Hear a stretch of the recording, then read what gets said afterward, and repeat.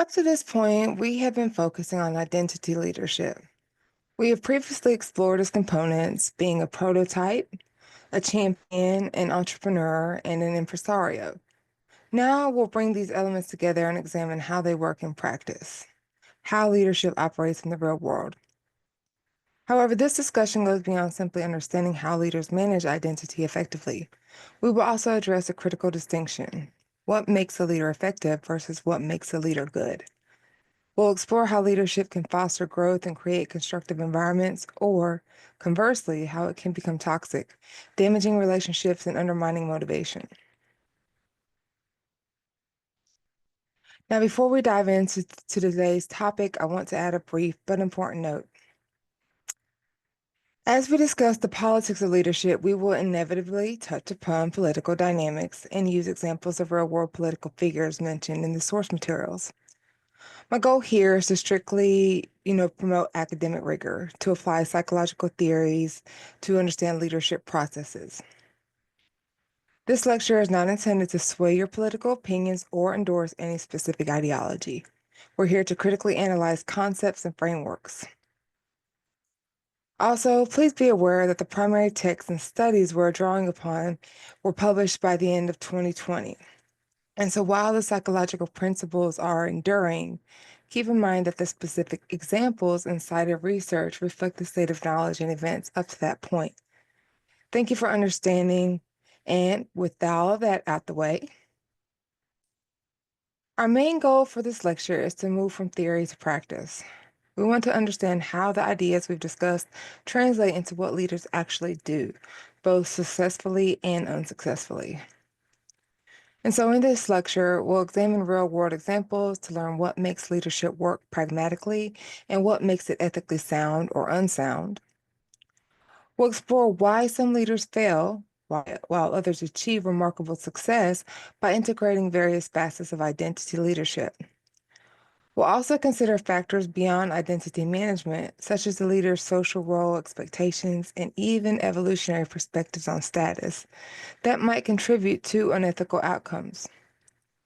Crucially, we'll differentiate between leadership that empowers and includes nurturing, benign, democratic, and leadership that dominates, excludes, and harms that might be identified as toxic or autocratic.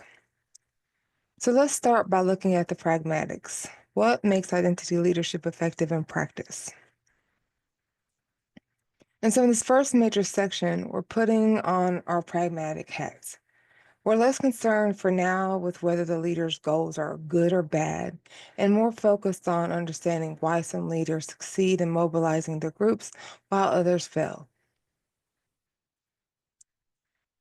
Now, before we jump into discussing leaders specifically as storytellers, I want to introduce a key thinker whose ideas provide a powerful lens for understanding this topic. One, Mr. Walter Benjamin. Now, Benjamin was born in Berlin in 1892. He was a German Jewish philosopher, cultural critic, and essayist, a really multifaceted intellectual.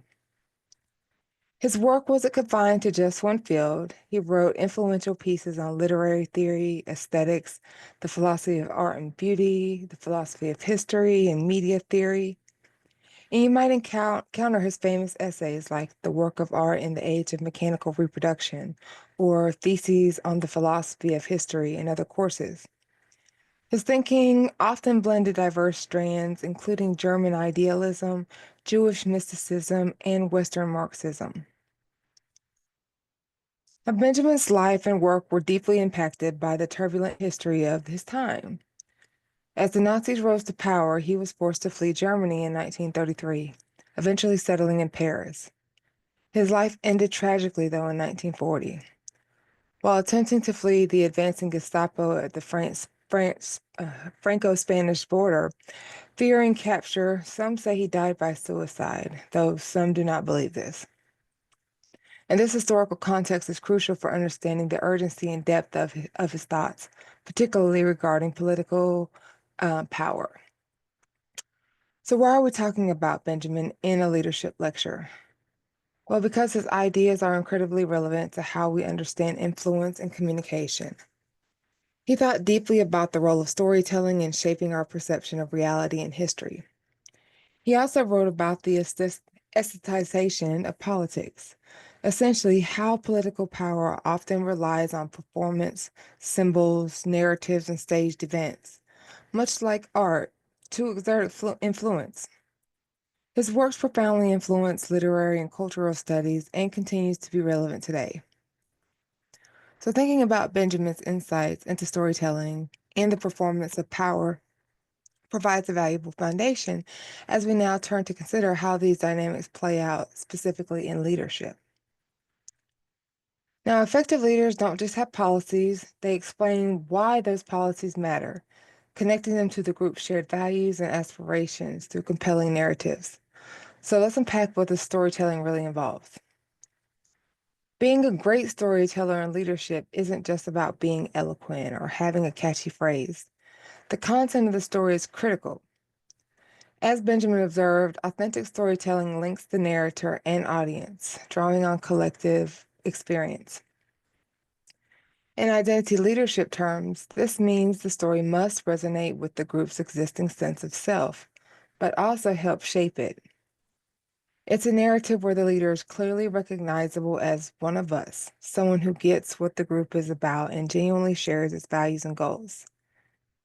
Within this narrative, the leader's actions are framed as being taken for the group, overcoming obstacles in pursuit of shared desires. And the leader's journey and accomplishments become the group's accomplishments. Think about how political leaders frame their initiatives. We're doing this to secure our future, or this policy reflects our values. Essentially, the act of crafting identity becomes the act of narrating identity. The most skillful leaders weave the different facets of identity leadership into a single, compelling story about who we are, where we are going, and why they are the one to lead us there.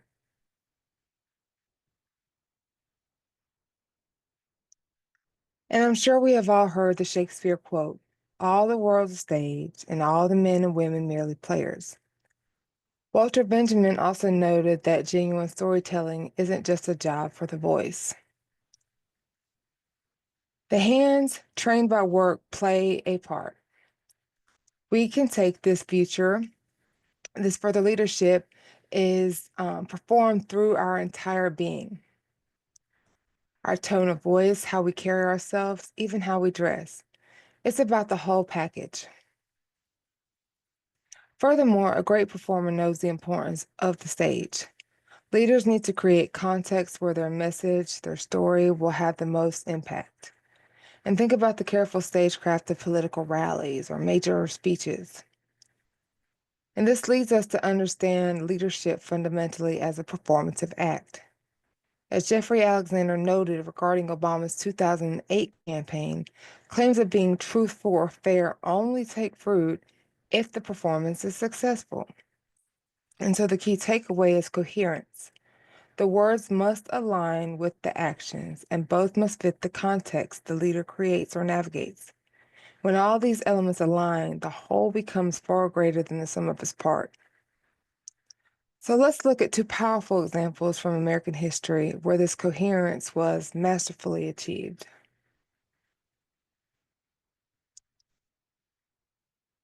So first, let's examine Abraham Lincoln's leadership during one of the most challenging periods in American history, the Civil War. Lincoln faced the monumental task of not only winning the war, but also shaping the nation's understanding of why it was being fought. A crucial element of his leadership was powerful use of rhetoric, his ability to frame events and articulate a compelling vision through words. To get a sense of this, take a few minutes and watch a short video that's focusing on arguably his most famous speech, the Gettysburg Address. And as you watch, pay close attention to the context and the enduring power of Lincoln's words that are delivered on the battlefield. Think about how the speech functioned as a tool of leadership. What was he trying to achieve with these specific words at that specific moment? And this will give a good foundation for the first part of our case study that's examining his approach.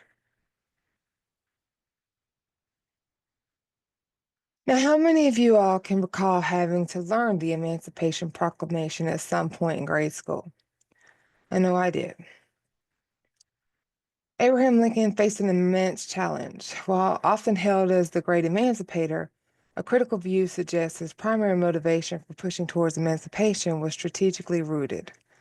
He understood that crippling the Confederacy's slave-based economy, which was the foundation of its war front, was vital for the Union's victory. And this perspective sees emancipation as a pragmatic calculation, essential for preserving the Union and ensuring the eventual triumph of Northern industrial capitalism over the South's agrarian economy. However, simply stating the strategic or economic necessity wasn't politically feasible or inspiring. The true leadership challenge was convincing a divided nation, excuse me, especially its soldiers, to accept this drastic war-altering measure. He needed to frame it differently, as being fundamentally about fulfilling the promise of American identity centered on liberty and equality. And this framing was highly controversial. Many soldiers, in particular, weren't fighting for abolition and didn't initially see the nation or its values that way. And so, to sell the controversial but strategically vital shift, his famous rhetoric, like the Gettysburg Address, became crucial. His most powerful presidential weapon, some argue. And so he skillfully used such moment to narrate a story of a unified America destined for equality, effectively framing the war's purpose in powerful moral and national identity terms, moving beyond mere strategic calculation. But words alone weren't enough to overcome resistance and build commitment. Lincoln's physical performance of leadership was also crucial.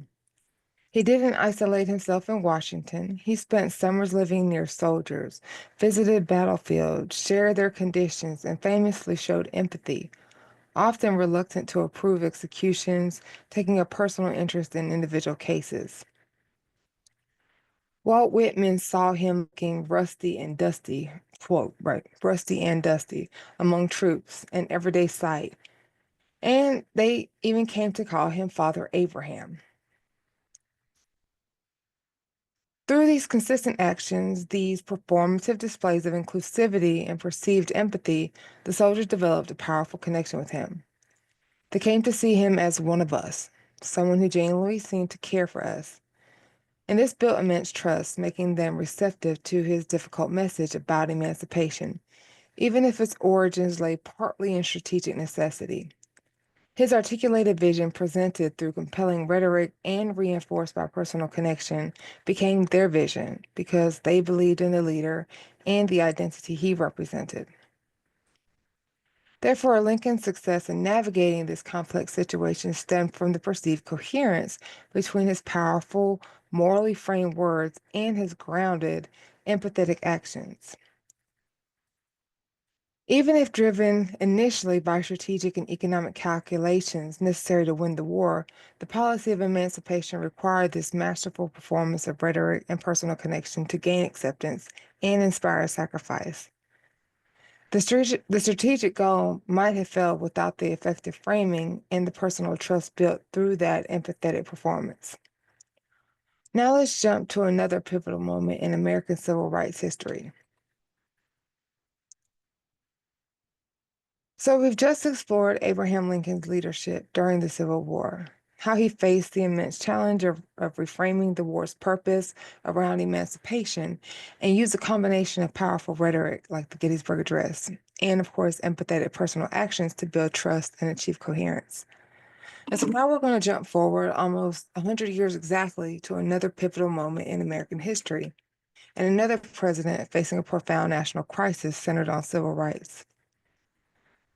Lyndon B. Johnson inherited a stalled legislative agenda and a deeply divided nation grappling with the civil rights movement. And so this video preview, focusing on the push for the landmark Voting Rights Act of 1965, gives us a glimpse into LBJ's public commitment and the context surrounding this critical legislation, particularly highlighting the events in Selma, Alabama. And as you take a look at that, consider the challenge Johnson faced and how he publicly positioned himself in the issue of voting rights.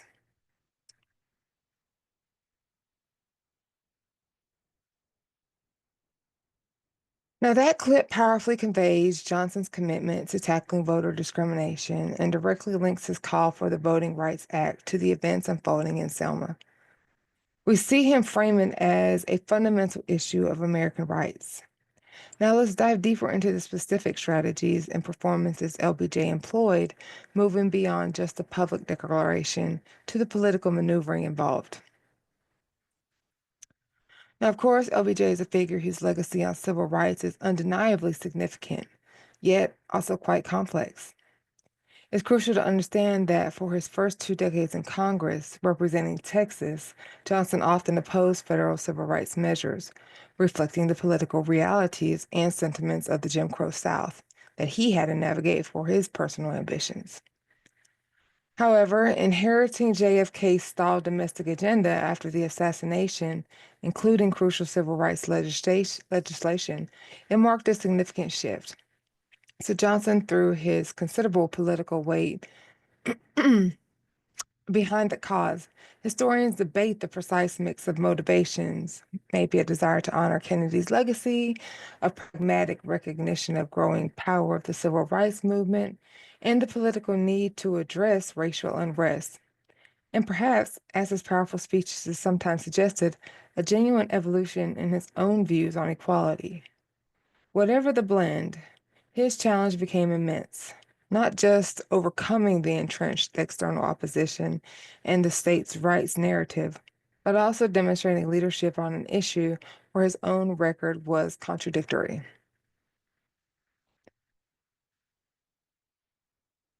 So, to meet this challenge, Johnson, displaying incredible political acumen, used powerful rhetoric.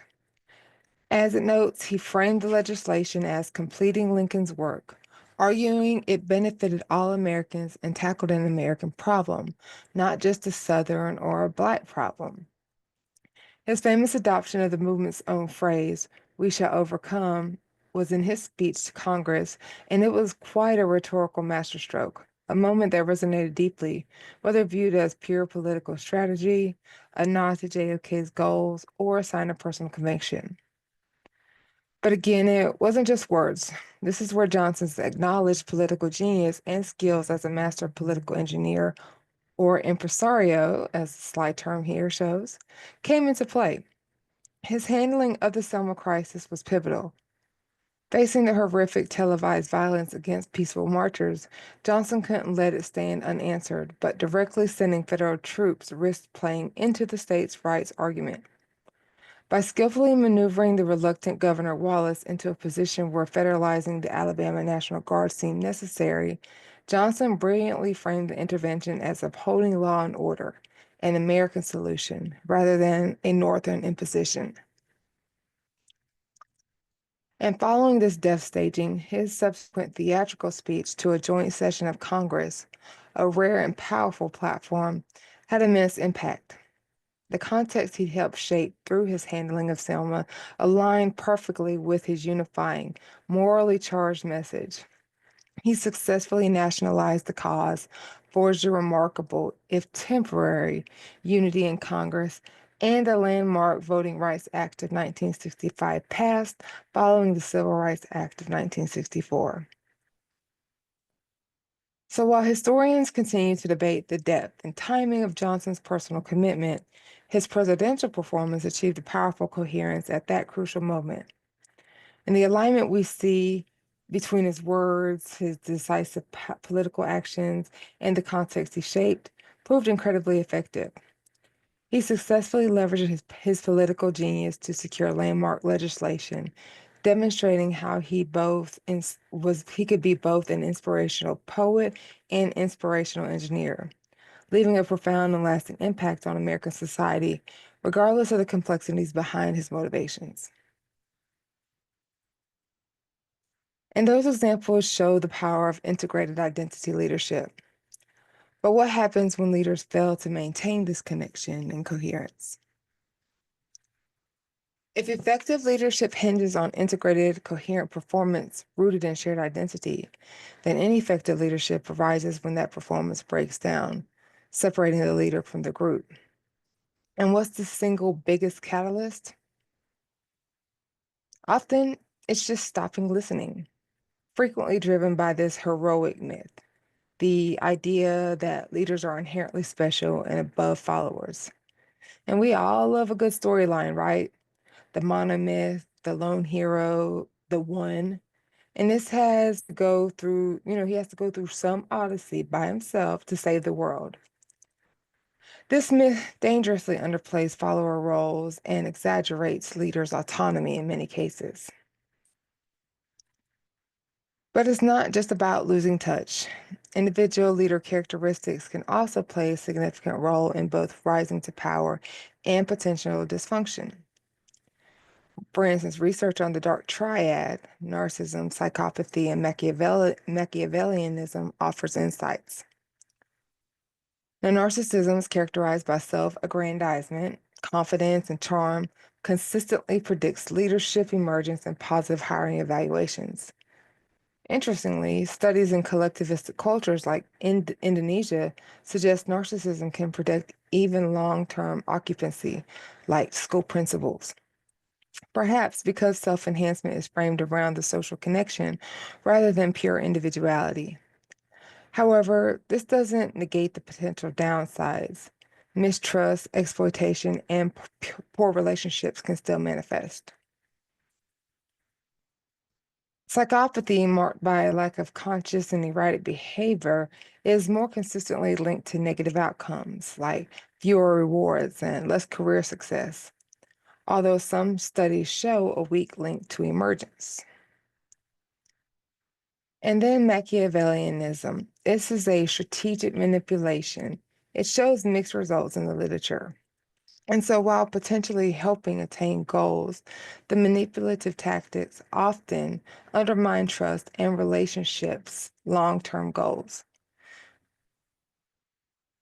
So, while certain traits might help individuals attain leadership roles, these same traits can contribute to ineffective or even toxic behavior down the line. And so, this belief in one's own genius or entitlement, fueled by success or personality, can lead down a predictable path and a tragic outcome. We often see this tragically common pattern. A leader emerges, deeply connected to and listening to their group, which allows them to effectively mobilize support and achieve success. But then the heroic myth kicks in. The leader gets showered with praise, often solely credited for the collective achievement. They start to believe their own press clippings, convinced of their unique talents, and this sense of inherent specialness makes listening to others seem unnecessary. Why consult followers when you possess all the genius, right? They become separated, insulated, and out of touch. Ironically, a leader's peak success often coincides with their greatest vulnerability to failure. The confidence born from past victories can breed hubris and complacency, leading them to overestimate their own judgment and disregard the need for consultation or dissenting opinions. Believing they inherently know the right path, they may forge ahead unilaterally, losing touch with the perspectives, needs, and evolving identity of their followers. And this disconnect often goes unnoticed by the leader, because again, they're insulated by their success until a critical moment when they look back, perhaps launching a new initiative or expecting support for a decision, only to find that no one is following their assumptions and that it was flawed. And their solitary march has led them away from the very group they aim to lead. Furthermore, it's suggested that the leadership role itself can sometimes have toxic effects on the leader. The pressures, the power, the environment might encourage negative behaviors or bring out latent pathological tendencies, separate from the leader's initial connection to the group. So let's take a look at a few examples. We see this pattern in history across various communities. Political commentator and journalist Steve Richards points to the downfall of Margaret Thatcher as a potent illustration of this dynamic. Thatcher, the transformative and often polarizing Iron Lady, who first served as the first female British Prime Minister and leader of the Conservative Party from 1979 to 1990, achieved a remarkable string of 3 consecutive general election victories in 1979, 1983, and 1987. And just for a bit of historical tea, y'all, Thatcher's relationship with Queen Elizabeth II reportedly wasn't smooth sailing during this era. Picture those weekly mandatory meetings, right? Supposedly quite formal and tense, with clashes over major policies, and Thatcher even famously slipping up and getting too familiar with identifying as the royal we, which was seen as a breach of protocol, typically reserved for the monarch and the monarch only. But what did she say, right? How did she slip up? Well, she said, "We have become a grandmother after the birth of her first grandchild."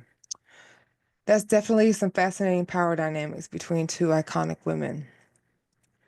But this unprecedented modern success cemented her authority and allowed her to pursue her distinct political agenda vigorously.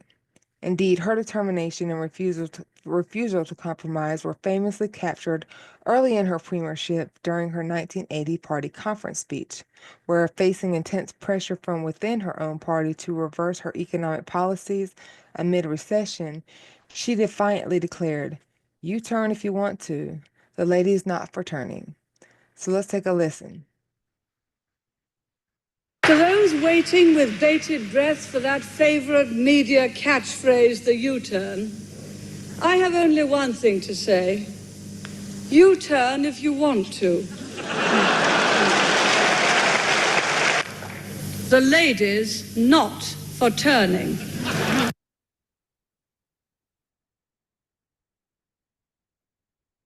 However, Richards analyzing the later period after sustained success describes how this very resolve, initially seen as strength, may have contributed to an increasingly imperious leadership style. Thatcher became less inclined to consult with or heed the warnings of her cabinet colleagues and conservative members of parliament. Feeling validated by repeated electoral triumphs, she pushed ahead with controversial policies like the poll tax and maintained rigid stances, particularly on Europe, ultimately losing touch with the mood and concerns of her own party base. And this disconnect proved fatal. Despite her electoral mandate from the country, it was her own conservative party who, feeling alienated and fearing future electoral consequences, forced her resignation through an internal leadership challenge in November of 1990, thus demonstrating how even the most successful leaders can be overthrown if they lose the connection with their essential political support.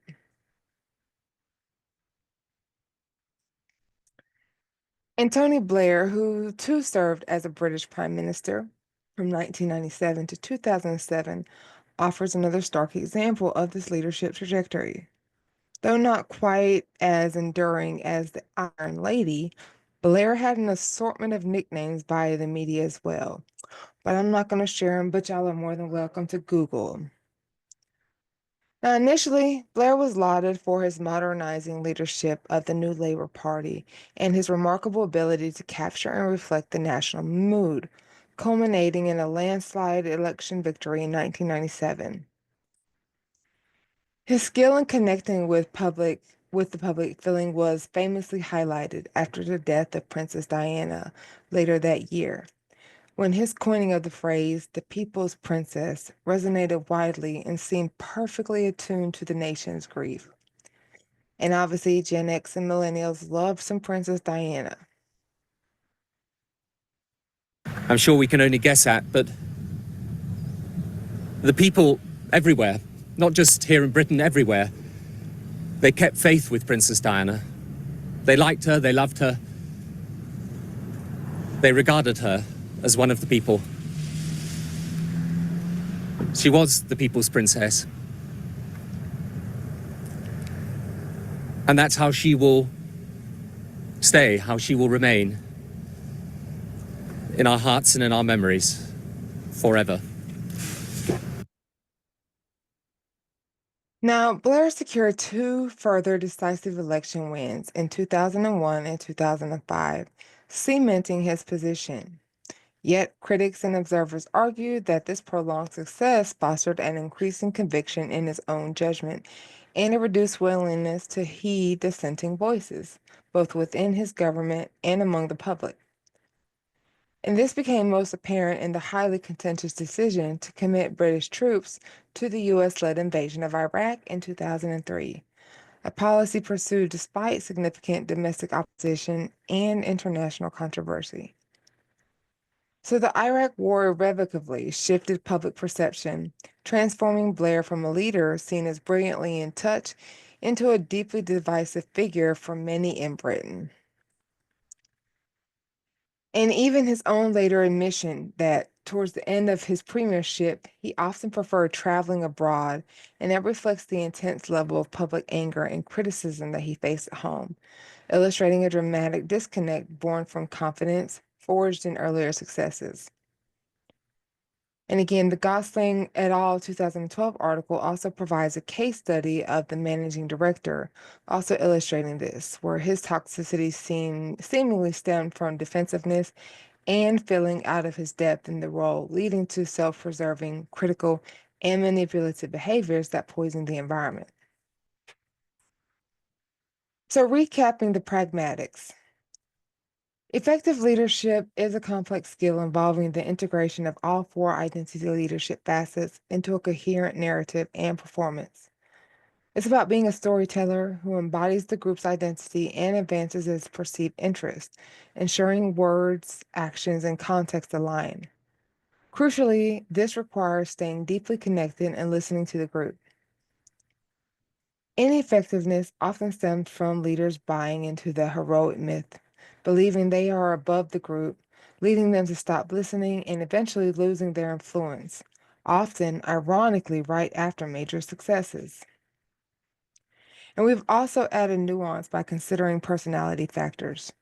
Traits like narcissism might facilitate getting leadership roles, but can harbor seeds of dysfunction. Furthermore, the very nature of holding a leadership position can sometimes contribute to negative behavioral changes.